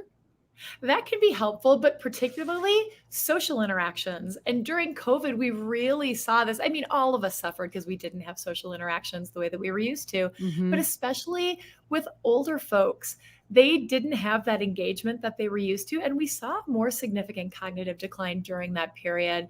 So, getting out, being involved with your church group or your community group, whatever it is, whatever makes you feel inspired and wanting to get out and talk to people and, just make a difference in the world, make a difference in each other's lives, that will benefit you too. We talk about this a lot, about finding a charity that just makes you happy, or Habitat for Humanity, the Humane Society, whatever it might be, food shelters, food banks, things like that. And that's also increases you the opportunity to surround yourself with people who are younger than you, which I find really valuable. That's been really valuable for me. Yes. And to bring it back to Leqembi, so again, this is not a panacea. This does not solve Alzheimer's disease. It reduces the impact of Alzheimer's disease by 25% or so. But it comes along with what comes along with it is the potential for bleeding in your brain. So people need to be followed very closely. And you can't get this medication, which is an infusion twice a month. You can't get it from just anybody. You have to get it from a doctor who has been specially credentialed to offer this medication. And you'll find these doctors in places like Madison and Milwaukee, but I bet you're not going to find one in Hayward or maybe even Chippewa Falls. It's going to be harder for rural folks to even find this kind of treatment. So again, rural folks are at a disadvantage based on provider availability, based on cost. Well, actually, and it's interesting that I'd always had this question. I think you just answered it for me, that the umbrella. So there's dementia and then there is Alzheimer's is a form of dementia. Because I'd always wondered what the difference between those two things are, because I feel like sometimes they get used interchangeably, but they are, one is a subgroup of the bigger group. Yeah, I mean, there's Lewy body dementia and there's Parkinson's related dementia. And, unless something has changed, I learned in medical school that you can't actually diagnose Alzheimer's until you do an autopsy on someone and actually look at their brain. So what I learned in medical school was that you can guess that it's Alzheimer's because you've ruled out all of the other causes of dementia that can be treatable. And it's a substantial portion of the population. That's why we are so desperate to find an affordable, effective treatment to help these people, to help all of us. I mean, this is all of us as we age, to help us be vibrant. Well, that is very interesting. As always, we learned so much when you're here, Dr. Lylerly. If you have a question for the doctor for next week, feel free to shoot us an email at asgoeswisconsin@civicmedia.us. As you can tell, anything and everything is on the table. We will answer whatever thing you're afraid to ask. We will go there. We just won't curse while we do it. That's the one thing we can't do. Dr. Lylerly, I hope you stay cool. Stay in the air conditioning. Drink lots of water, as you tell us to do, but we will see you next week. Can't wait. All right. When we come back, we will have Paul Noonan here for a sports update. We're going to talk about women's soccer, the Packers, the Brewers, all of it. This is As Goes Wisconsin. Oh, yeah! Oh, good God Almighty, the man show makes me feel real.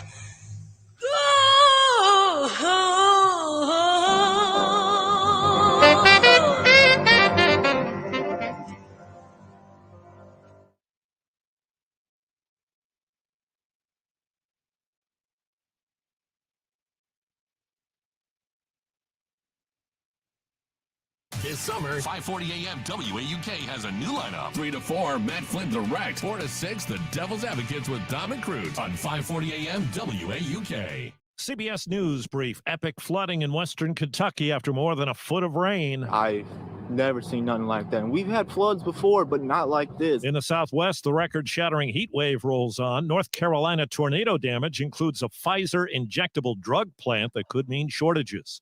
CBS News has confirmed some of the possible charges against former President Trump included in a government target letter. One is obstruction of an official proceeding, the electoral vote count.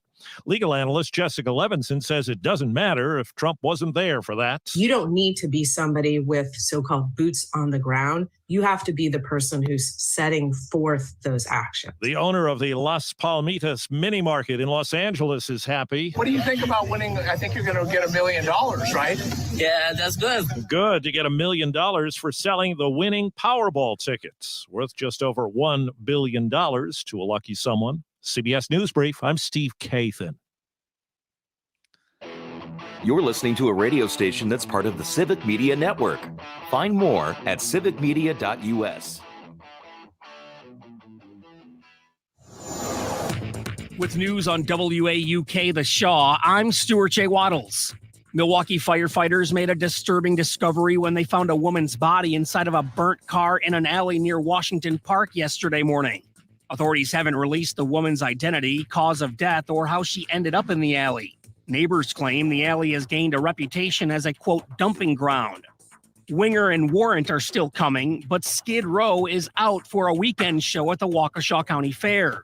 The oldest fair in the state started yesterday, and organizers say refunds will be given for the Saturday night snafu with the 80s rock bands. An illness has Skid Row canceling. The arrest rate for stolen cars in Milwaukee stands at only 6%. The latest numbers from Milwaukee police show out of nearly 9,000 car theft cases last year, only 525 people were arrested. For WAUK News, I'm Stuart J. Waddles. Living happily ever after isn't always a reality. If you're over 50 and are considering divorce, attorney Andrea Gage with the Everson Law Firm can provide the guidance you need. Andrea focuses on silver divorces, the kind that get more complicated over time and present unique challenges. A family, multiple properties, significant assets. Andrea and the team at Everson Law have the experience to protect your interests. Call Everson Law to set up an appointment with Andrea today. It's never too late to be happy. Everson Law, 920-435-3734. It's the Max Inc. Radio Concert Series at the Waukesha County Fair, Thursday, July 20th on the Whammy and Guitars for Vet stage, featuring Iron Plow, Karma Shotgun, and Talon. Music starts at 7:30, hosted by WAUK's Don Brown. The Waukesha County Fair on the Whammy and Guitars for Vet stage. Find more info at guitars4vets.org. Presented by WAUK 540 AM, The Shaw 101 FM, and Max Inc. Radio. We are local music. Hey, this is Matt from Design Garden. Remember when the internet was new? Back then, you had to leave your house to start a business. Companies used to pay programmers bags of cash to get online. Now, small businesses can get online with a Facebook business page, or Squarespace, or Google My Business, or WordPress. But which tools should you use? Can you afford to go down the wrong path? Design Garden uses modern tools to build your website the right way. Find us online at design.garden. Again, that's design.garden. Missed your favorite show live on air? It's easy to find what you enjoy wherever you listen to podcasts, including Spotify, Apple. There's nothing you can do that can't be done. Nothing you can sing that can't be sung. Nothing you can say that you can learn how to play the game. It's easy. Nothing you can make that can't be made. Welcome back to As Goes Wisconsin. I am Kristen Bry, along with Jane Matnair, and we're welcoming back Mr. Paul Noonan for a sports update. If you are new to this segment, Paul Noonan covers the Packers for the Shepherd Express and Acme Packing Company, and also hosts podcasts Reporting as Eligible, which is about the Packers, and Milwaukee's Tailgate Podcast, which is about the Brewers. And then sometimes we talk about other things outside of the Packers and Brewers, like women's soccer. Yeah. How you doing? It's been about a month since we've talked to It's you. been a little while. Had some vacation mixed in there, but doing pretty well, and actually looking forward quite a bit to the Women's World Cup coming up here. It should be a fun too. one. Yeah. It should be fun, and it is. We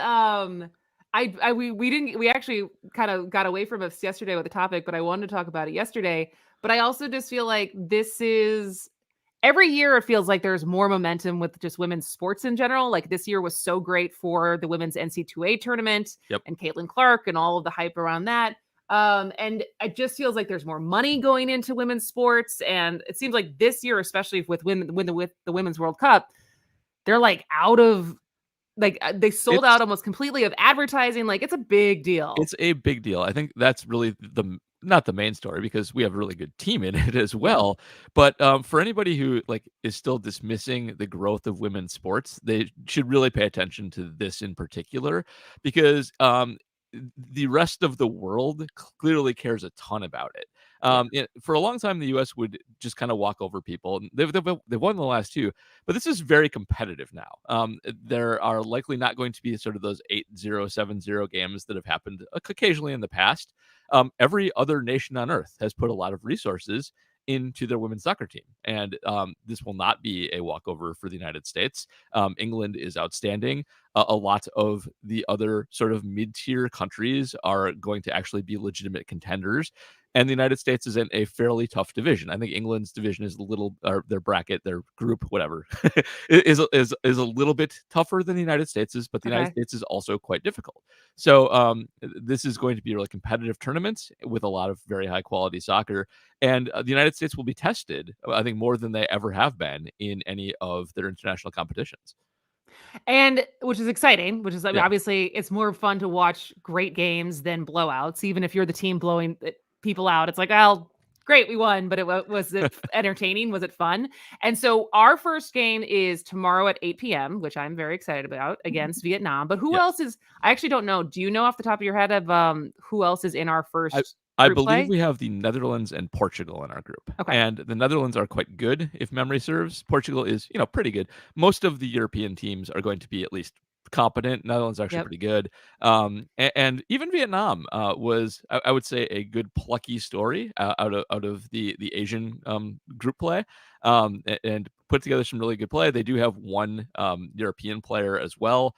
And, the high level Euro leagues are actually now like what they do with the men's. They draw from everywhere, and so everybody is starting to get that high level club experience in addition to international play.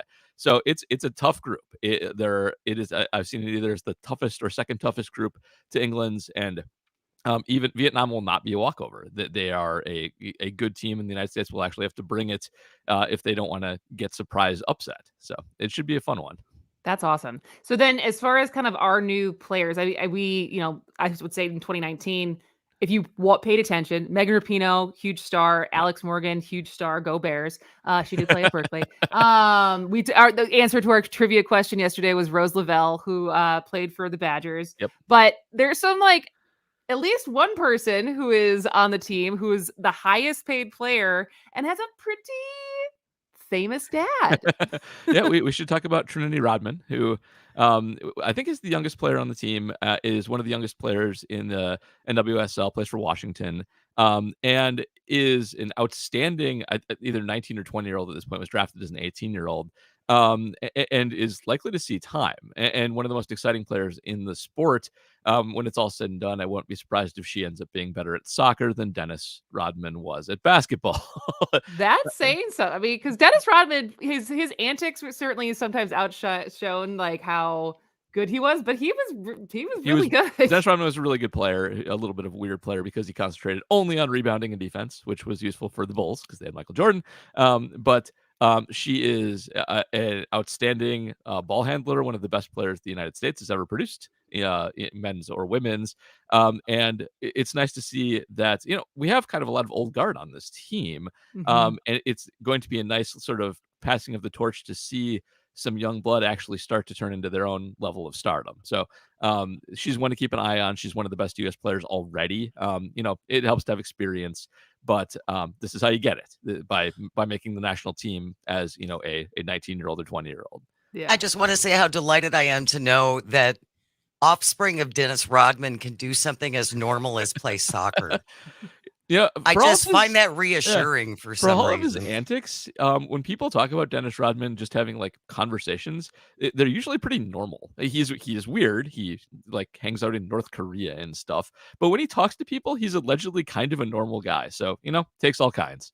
There you go. There you go. All right. Well, the last thing before we move on to other sports, I wish it was because since this is an audio format, it's never made sense to play this on the air. But if you can, and I'll link it to today's show notes, the Oh. best, and I don't know how competitive France's women's team is supposed to be, but the ad for their team was one of the best sports ads I've ever seen. And you shared it again with me this morning. So I'll let you describe what All right. the premise is. It's so good. So it comes on and it's confusing because it's an ad for the France women's national team and it's all men. And if you're not paying that close attention, you might not notice it there. But it is a bunch of men's soccer players making brilliant plays, good footwork, like bicycle kick shots. And it is genuinely like, okay, this is fine, but is this just like a sexist ignoring of the women's team and the men's team? And then it cuts to a smash cut of visual effects work, and what they've done is turned a bunch of their women's national team plays into male overlays. So it is all of their women's team making those great plays, and it's just really cool to contextualize those plays as anybody who's just stumbling into it as like, oh, yep, those are men making great plays. But no, those plays were all made by the women's national team, and if you remove sort of the gender discrepancy from them, it shows how clearly and how highly skilled everybody on the women's national team is, like hitting rockets from outside the box, putting footwork that would put anybody to shame, and making all the same kinds of plays that you would expect from the men's team. It's a brilliant ad. It really, I think, busts through the idea that this is anything less than world-class soccer. And a reminder that the men's France team won in They won, yeah. 2018, and they were in the finals in 2022. So they're talking about one of the best teams in the world. Perennial powers, one of the best teams, Yes. national teams of all time. It is a spectacular ad, and I'll share it today because it has no words, and also the words that there are in there are in French, it makes no sense to play it on here, but it is so good. All right, well, moving on to the Brewers. We just gave some Brewers tickets away earlier today. Nice. How are we doing? We're doing well. The Brewers are such a weird team because they have one of the worst offenses in baseball. Aside from Christian Yelich, who has been absolutely outstanding, and William Contreras, every hitter is below average. But it hasn't mattered because they are the best defensive team in baseball, and they just came off prior to the All-Star break and a little bit after the All-Star break, just destroying the Reds, who are the closest competition in the division, and shutting them out 3 consecutive times. The Reds are one of the best offenses in all of baseball. They have all these great prospects that they've called up. And the Brewers just put on a show of defense and pitching. And they just continue to smoke and mirrors their way to outstanding defensive performances and get just enough out of Yelich and Contreras to make it work. But they're in really good shape. They're at the top of the division. And most importantly, they own the series season tiebreaker over the Reds, who are likely to be their only competition in the division. So they have an extra game on them for the rest of the year. And they're playing the Phillies right now. They've split the first 2 games. They're really kind of rolling. And the trade deadline is in 10 days, I guess 11 days. They, I think, are solidified now as at least nominal buyers. They could use some offense. They always buy a relief pitcher or 2, but they're really looking strong. It's a weird kind of strong, honestly. I don't always know what to make of them because they can look awful for extended periods, but they're cooking right now. And Yelich has been a big part of that. He seems to be almost all the way back to MVP form at this point. Well, that's pretty encouraging. Yes. And so then with the couple minutes that we have left, training camp starts a week from yesterday. Indeed, and it does. I think everyone's excited to see. I guess the story right now, I imagine, is everyone's waiting to see how Jordan Love looks, right? That's pretty much it. Yes. They just did sign their last 2 rookies, so they'll have a full complement of players at camp, which is nice. But really, it's hard to predict anything about the Packers without seeing Jordan Love. The baseline for them for so long has been, well, you have Aaron Rodgers. That's like good for 8 wins, even if they're the worst team in the world all around Aaron Rodgers. Now there's no telling what they're going to be until you actually see if Love has made tangible improvements to his game. It all starts with the quarterback in the NFL, and any prediction that's been made to this point is just guessing, from myself included. So I'm looking forward to the Packers season actually getting started. I'm sick of writing about Aaron Rodgers' antics and things like that, and we'll actually have things tangibly happening next week. So I'm glad to have it back. So put into context how young our team is this year. It is insane. I mean, in the receiving core alone, there are no veterans left. It's Yeah. all rookies and Christian Watson, and that's like never happened before for this team. It is young players across the board. Adrian Amos, they're all the Jets. The Jets signed all of them. Randall Cobb, Al Lazard, The Jets, Adrian who now Amos, are going to be Billy what's the HBO show? Oh, they're on Hard Knocks, which is also The amazing. Jets are at Hard Knocks, so they basically can just go watch all your Packers. Finally, Jets Aaron on Hard Rodgers will Knocks. have a platform. Shocking. So we have and so with a young team like that, no matter how much talent, does it really put the test to the coaches to get Yes. that team productive? The most interesting thing about this season is whether Matt LaFleur's scheme is actually better without Aaron Rodgers. Aaron Rodgers Okay. didn't like it. There's a lot of things Aaron Rodgers made hard on himself and did brilliantly. Like, he likes to throw bombs outside. That's not an efficient pass in the NFL. LaFleur's strategy is a lot of pre-snap motion, which all the advanced teams use, and a lot of middle of the field work, which a lot of the advanced teams use. And Rodgers hates both of those things. If they run that scheme properly, it's actually a good scheme for young players because they don't have to do a lot of reading mid-play. They kind of know where they're going in advance when the play starts. It's very effective. It's what the 49ers do every year to be good without a good quarterback. And so it's really just a matter of do we have a good copy of the 49ers coach, which is the Kyle Shanahan tree where Matt LaFleur comes from, or was Aaron kind of carrying this team just through his own brilliant play, which is still possible. I mean, he's one of the best ever, and it's hard to tell who to give credit for there. I'm curious, Paul, how long you think it will take if it's a painful first 2 games and we don't do well? How long will it take for Packers fans to start screaming about bringing back Aaron Rodgers? I don't think. Well, yeah, I guess they will do that. They're Packers fans. I think like 3 or 4 games is probably about right for that kind of thing. And I do think you'll honestly know whether you have something in Love pretty quickly. It's not like he's a rookie coming in here. You know, he's been in the system. He's had actually more plays than Rodgers did when he took over as starter. Actually on the field. So yes, he's inexperienced, but in terms of a guy making his first start, he's really not that inexperienced. And I think we'll know like within 3 or 4 games whether this is going to work or whether the team needs to start making plans for next year. Wow. Who's our first game against again?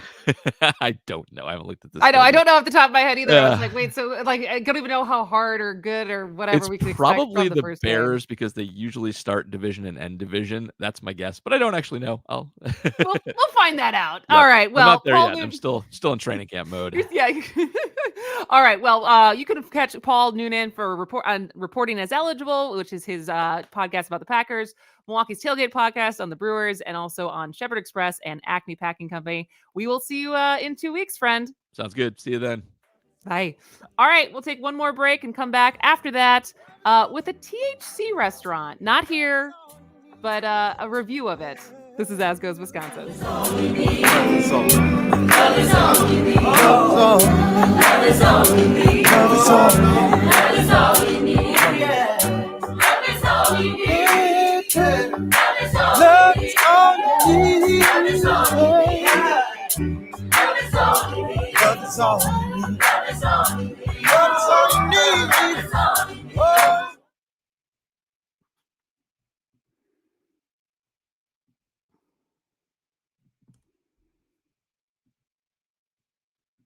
It's time to turn Fridays into Fri-yays with WAUK.halfoffdeal.com. You'll find deals for spots around town like restaurants, spas, and events. This Friday at 8 a.m., you'll save 50% on tickets to the Milwaukee Air and Water Show, July 22nd and 23rd on the lakefront at Bradford Beach. That's right, save 50% on tickets for this year's Milwaukee Air and Water Show, July 22nd and 23rd. The Milwaukee Air and Water Show continues to be Wisconsin's premier free family event of the summer and one of the top air shows in the Midwest. Gates open open up at 9 a.m. both days. Have a splash with the water show from 10 to 11:30. Be amazed with the air show at 12 p.m. and witness the Blue Angels around 3 p.m. For more details about the event, log on mkeairwatershow.com. Save 50%. See the show, the Milwaukee Air and Water Show, July 22nd and 23rd on the lakefront at Bradford Beach. Save this Friday at 8 a.m. at wauk.halfoffdeal.com. That's wauk.halfoffdeal.com. Hi, I'm Mandy Roberts, financial advisor with Thrivent. I'm here to help you assess your finances and find solutions to meet your needs. Let's ensure you have a strategy for success. To get started, call 715-470-1303. That's 715-470-1303. Your home for local news, weather, and sports across the airwaves and always streaming on the Civic Media app.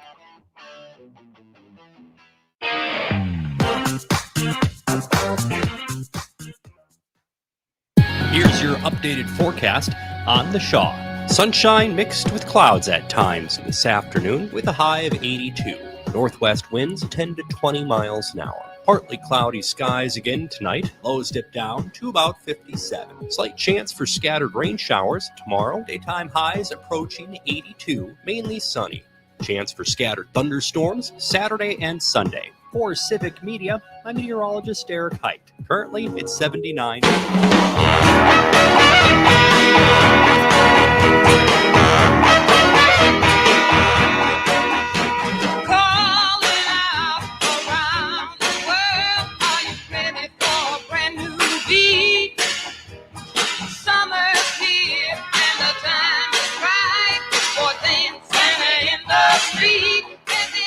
Welcome back to As Goes Wisconsin. I am Kristen Bry. She is Jane Matnair. And Paul was right. It sounds like our first game is against the Bears. September 10th.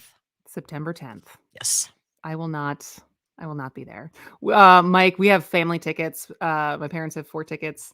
And the first home game, I think, is like the 26th, 27th, something like that, which now will be when I'm getting induced.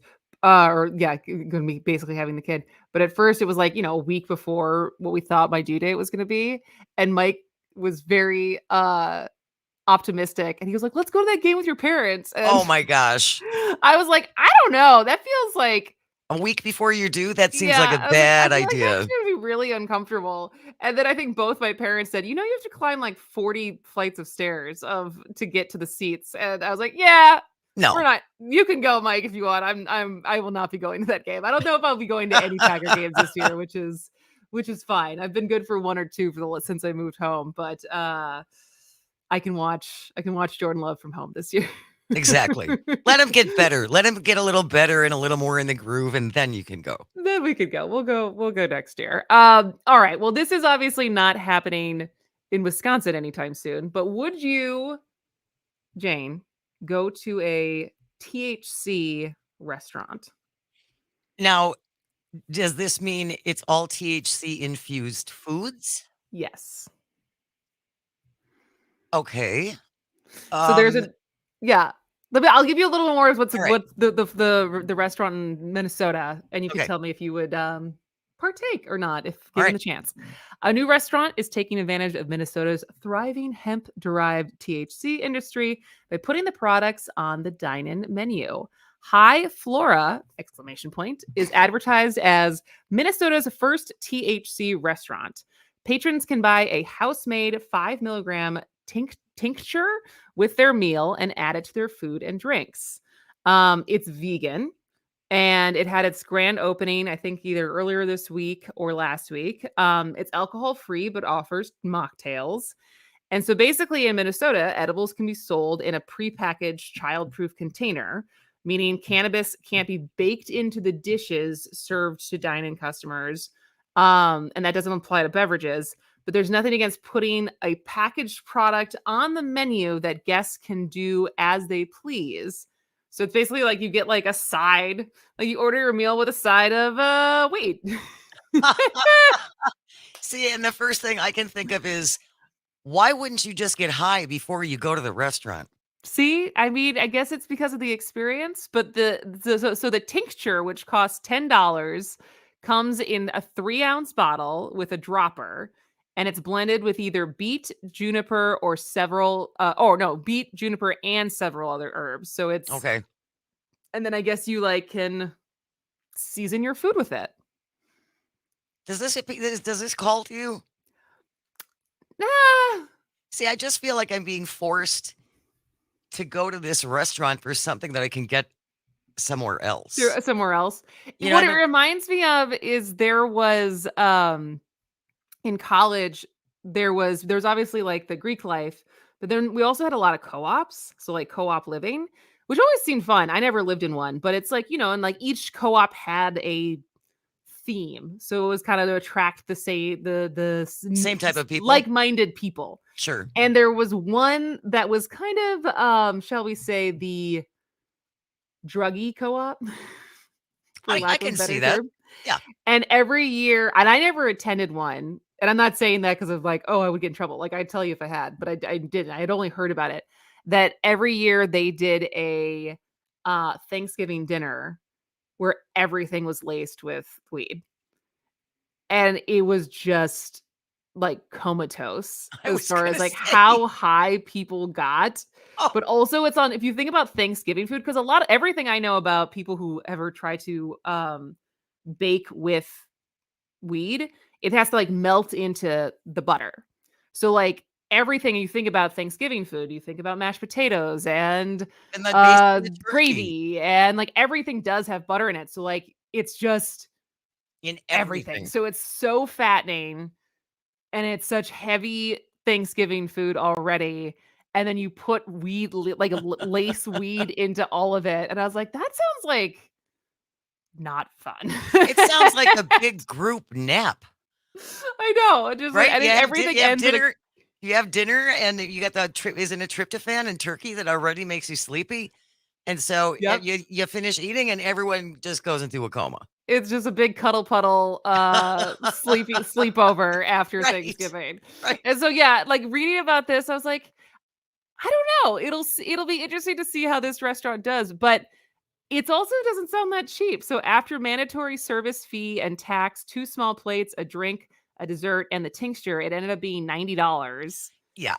And in reality, the shop across the street, I guess in Minnesota, sells 10 5-milligram gummies for $20. Oh, well, take a couple gummies, go to the restaurant. Go to the restaurant of your choosing.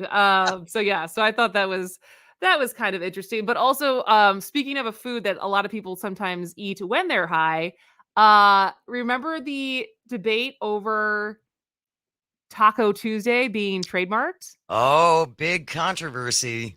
I know. It turns out Taco Tuesday is now fair game. So the fight for Taco Tuesday trademark ended on Wednesday.